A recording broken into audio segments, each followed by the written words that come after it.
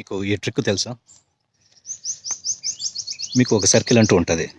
అందులో మీ ఫ్రెండ్స్ కావచ్చు, బంధువులు కావచ్చు, తెలిసిన వాళ్ళు కావచ్చు, లేదా కొలీగ్స్ కావచ్చు, ఎవరైనా సరే. అందరిది ఒకటే టైప్ ఆఫ్ మెంటాలిటీ ఉండదు. మీరంటే కొంతమందికి ఇష్టం ఉంటుంది, కొంతమందికి జెలసీ ఉండొచ్చు, కొంతమందికి నిజమైన కన్సర్న్ ఉండొచ్చు, కొంతమంది న్యూట్రల్గా ఉండొచ్చు. ఎవరు మన వాళ్ళు, ఎవరు మనమంటే నిజంగా మన మేలు కోరుతారు అనేది తెలుసుకోవాలంటే ఒక చిన్న ట్రిక్ ప్లే చేయండి మీరు. అదేమంటే మీలో ఉన్న 2-3 మంచి క్వాలిటీస్ కానీ, లేదా కొత్త డెవలప్మెంట్స్ కానీ, లేదా ఏవైనా అచీవ్మెంట్స్ కానీ, అది మీ గ్రూప్లో కలిసినప్పుడు వాళ్ళ ముందర 2-3 సార్లు ఈ టాపిక్ రైజ్ చేయండి. సో నిజమైన వాళ్ళు మిమ్మల్ని మనస్ఫూర్తిగా అప్రిషియేట్ చేస్తారు. మనసులో ఏముంటే బయట కూడా అదే బయటపడుతుంది.